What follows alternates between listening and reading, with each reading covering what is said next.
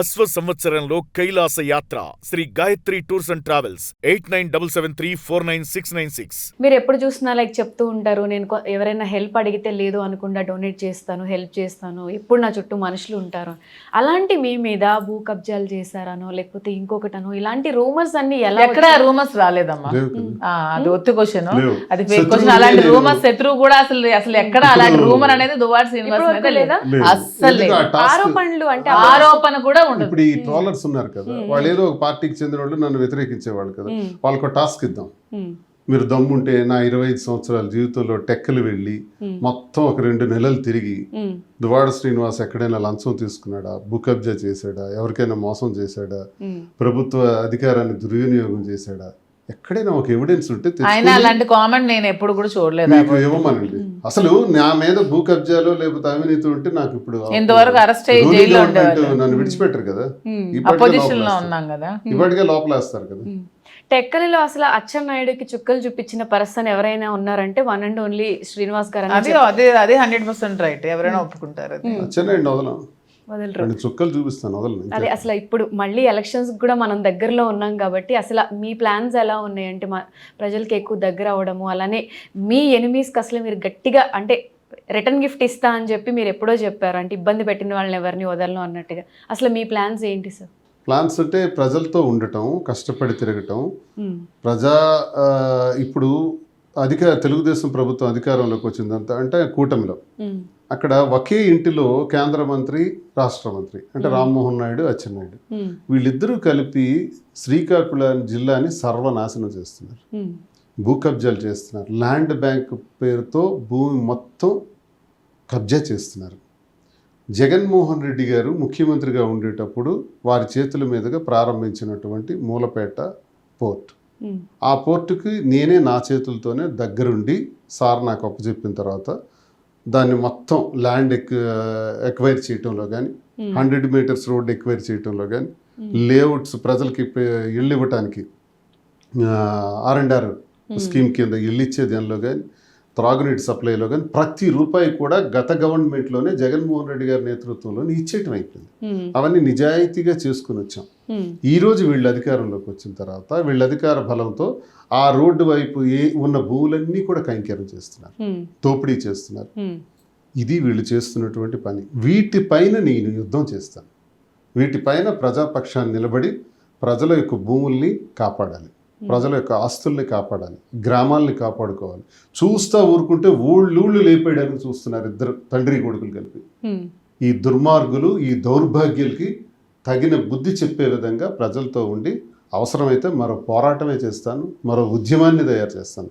ఆ రోజుల్లో 2009 నుంచి 2016 వరకు కూడా థర్మల్ పవర్ ప్లాంట్ని తరిమి కొట్టాం. ఈస్ట్ కోస్ట్ థర్మల్ పవర్ ప్లాంట్ని ఒక యుద్ధమే చేసాం. ఈరోజు అచ్చెన్నాయుడు, రామ్మోహన్ నాయుడు చేస్తున్నటువంటి ఈ దాష్టికం నుంచి అవసరమైతే మరో ఉద్యమం ప్రారంభమవుతుంది. టెక్కల్లో శ్రీకాకుళం జిల్లా ప్రజల్ని కాపాడుకోవాలి ఇద్దరు బ్రహ్మరాక్షసుల నుంచి. వాళ్ళకి సపోర్ట్గా ఈ ధర్మాన ప్రసాద్, కృష్ణదాస్ ఉంటారు. వైసీపీ పార్టీని పూర్తిగా నిర్వీర్యం చేస్తున్నారు, వీళ్ళు నాశనం చేస్తున్నారు. వాళ్ళిద్దరికీ వాళ్ళతో సంబంధాలు ఉన్నాయి. దీనిపైన కూడా గట్టిగా నిఘా పెట్టాలి. పెట్టి ఆ జిల్లాని ప్రజలందరం అందరం కలిసి దాన్ని కాపాడుకోవాలి. ఈ పనిలో ఇప్పుడు మేము నిమగ్నమై ఉన్నాం. సో ఈ ఆస్పెక్ట్లో ముందుకెళ్తున్నాం. ఇంకా ఎన్నికలు 29లో ఉంది కాబట్టి ఆ సమయం దగ్గరకు వచ్చేటప్పుడు చూద్దాం, అప్పుడు పరిస్థితులు ఎలా మారుతాయో అప్పుడు చూద్దాం. ఓకే, సో టెక్కలి రాజకీయాలు అనగానే ఫస్ట్ అక్కడ అపోజిషన్ వాళ్ళు మీ మీద చేసే ఆరోపణలు అవ్వచ్చు, ఏదైనా శ్రీనివాస్ గారు ఫైర్ బ్రాండ్లా ఫైర్ అయిపోతూ ఉంటారు, మాధురి గారు ఆలోచనతో ఆయన నడిపిస్తూ ఉంటారు. అక్కడ వెళ్ళేసరికి మాధురి గారు చెప్పిందే నడుస్తుంది, శ్రీనివాస్ గారు అదే మాట వింటారు అని అంటారు. అది నిజమేనా సార్? దీనికి ఆన్సర్ నవ్వుతున్నారా అని చెప్తారు. అంటే ఒక విధంగా చెప్పాలంటే డామినేట్ చేస్తారు అని కూడా అంటూ ఉంటారు. అది ఎంతవరకు నిజం? డామినేషన్ నేను ఎప్పుడు చేయను, అసలు అది ఫేక్. తను ఏం చెప్తే అదే. తన గురించి ఒక చిన్నది ఏంటంటే, తన ముందు ఏదైనా అరుస్తారు చెప్తారు, అది ఏం చెప్పినా మనం ఓ అనేయాలన్నమాట, ఓకే అని చెప్పాలి. తర్వాత మనం అది బుజ్జగిని చెప్పాలి, అలా కాదు ఇలా అంటే అప్పుడు వింటారు అంతే. ఓకే, సో ఆ టెక్నిక్ అనుకొని ఆ, స్వీట్ అంతే. గా చెప్తుంటారు. యాక్చువల్గా శ్రీనివాస్ గారిని అందరూ అంటే వైఎస్ఆర్సీపీకి ఎప్పటి నుంచో ఆయన దగ్గరగా ఉండి ఎంతో చేశారు ఆ పార్టీకి. అటువంటి ఆయనకి వైఎస్ఆర్సీపీ పార్టీ అన్యాయం చేసింది అని అంటారు సార్. ఇది పర్సనల్గా అసలు ఫస్ట్ మీరు చెప్పండి దీనికి ఆన్సర్. సార్కి ఆ పార్టీ నుంచి అన్యాయం జరిగింది అని చెప్పి మీరు ఫీల్ అవుతున్నారా? లేదు, పార్టీ నుంచి అన్యాయం అంటే జగన్మోహన్ రెడ్డి గారు శ్రీనివాస్ గారికి ఎప్పుడు అన్యాయం చేయరు. జగన్మోహన్ రెడ్డి గారి మనసులో శ్రీనివాస్ గారు ఎప్పుడు కూడా ఉంటారు 100%. అది నేను పర్సనల్గా ట్రావెల్ చేశాను కాబట్టి నాకు తెలుసు. జిల్లా రాజకీయాల వల్ల కొన్ని మిస్అండర్స్టాండింగ్స్ వచ్చాయి, కొంచెం దూరం చేశారు అంతే. కానీ భక్తుడికి దేవుడికి ఎంత దూరం చేయాలని మధ్యలో తాపత్రయపడినా at the end of the day భక్తుడు దేవుడిని చేరుకుంటాడు, దేవుడు భక్తుడిని వదులుకోడు. ఓకే సార్, మీరేమంటారు సార్? అంతే. జగన్మోహన్ రెడ్డి గారిని ఆయన హృదయం నుంచి నన్ను దూరం చేయలేరు, నా హృదయం నుంచి ఆయన దూరం చేయలేరు. కావాలని మా పర్సనల్ ఇష్యూని ధర్మాన ప్రసాద్ కృష్ణదాస్ ఒక టార్గెట్ కింద పెట్టి ఎలాగైనా సస్పెండ్ చేయాలి, వీళ్ళ వల్ల చెడ్డ పేరు వచ్చేస్తుంది అని చెప్పి ఆయనకి ప్రెజర్ తెచ్చారు. ఒక 15 సంవత్సరాల నుంచి ట్రై చేస్తున్నారు దూరం చేయాలని. ఇప్పుడు రీజన్ దొరికింది, కొట్టారు. తండ్రి వైఎస్ రాజశేఖర రెడ్డి గారి దగ్గర కూడా ధర్మాన ప్రసాద్ సస్పెండ్ చేయించాడు. ఒక ఎమ్మెల్సీ ఎలక్షన్ లో నేను ఇంకో నాయకుడికి సపోర్ట్ చేశానని కక్ష కట్టి నన్ను సస్పెండ్ చేయించాడు. ఇది 2వ సారి సస్పెండ్ చేయించాడు. సో మా వల్ల చెడ్డ పేరు వస్తుందో మంచి పేరు వస్తుందో చూద్దాం. 29 ఎన్నికల్లో ధర్మాన బ్రదర్స్కి కట్టి కుడిపిస్తాను, చూపిస్తాను. నాకు చెడ్డ పేరు వస్తే ఎలా ఉంటుందో, మంచి పేరే నా ముందుగా మంచి పేరు ఎలా ఉంటుందో, ఆ మంచి పేరు తాలూకు ప్రభావాలు ఎలా ఉంటాయో కూడా చూపెడతాను. ఇప్పుడు వాళ్ళకి నాకు ఫైట్ ఉంది, జగన్మోహన్ రెడ్డి గారికి మాకు కాదు.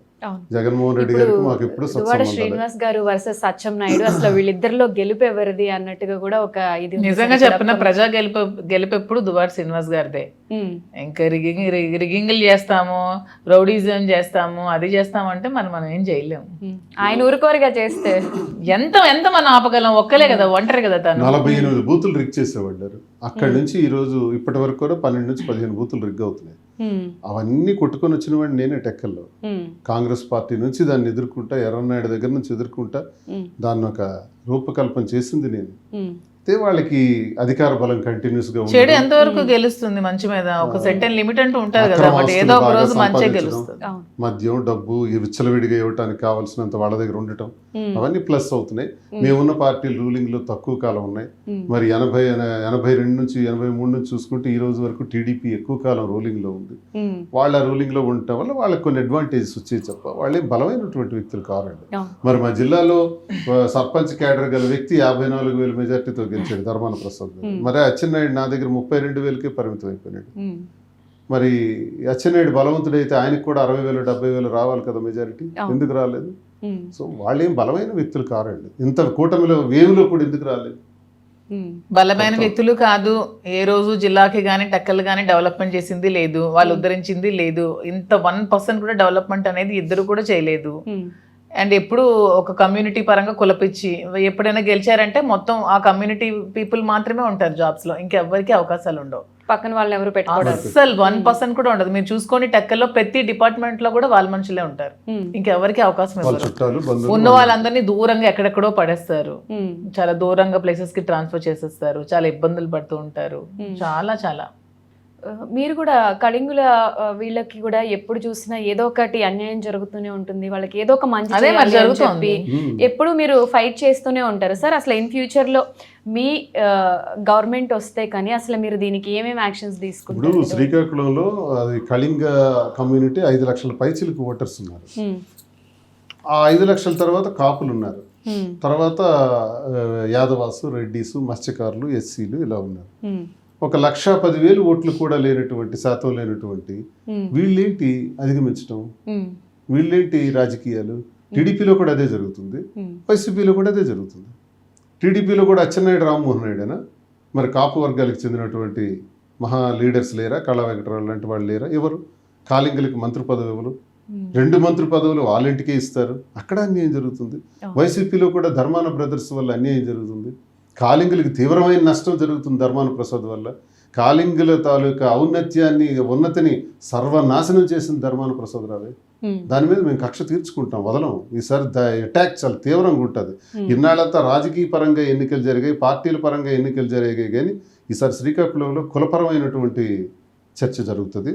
దానిపైనే రియాక్షన్ ఉంటుంది గట్టిగా. ఓకే. దీనిపై నేను ముందడుగేస్తున్నాను. కళింగ కులమే కాదు, కళింగులతో పాటు ఆధారపడినటువంటి అన్ని కులాలు, కాపులు, మిగతా బీసీలు, ఎస్సీలు, ఎస్టీలు, అగ్రవర్ణాలు, అన్ని కులాలని కలుపుకొని మేము పెద్ద ఫైట్ చేస్తాం ఈ నలుగురికి వ్యతిరేకంగా. ఎవరికి? అచ్చెన్నాయుడికి, రామ్మోహన్ నాయుడికి, ధర్మాన ప్రసాద్కి, కృష్ణదాస్కి.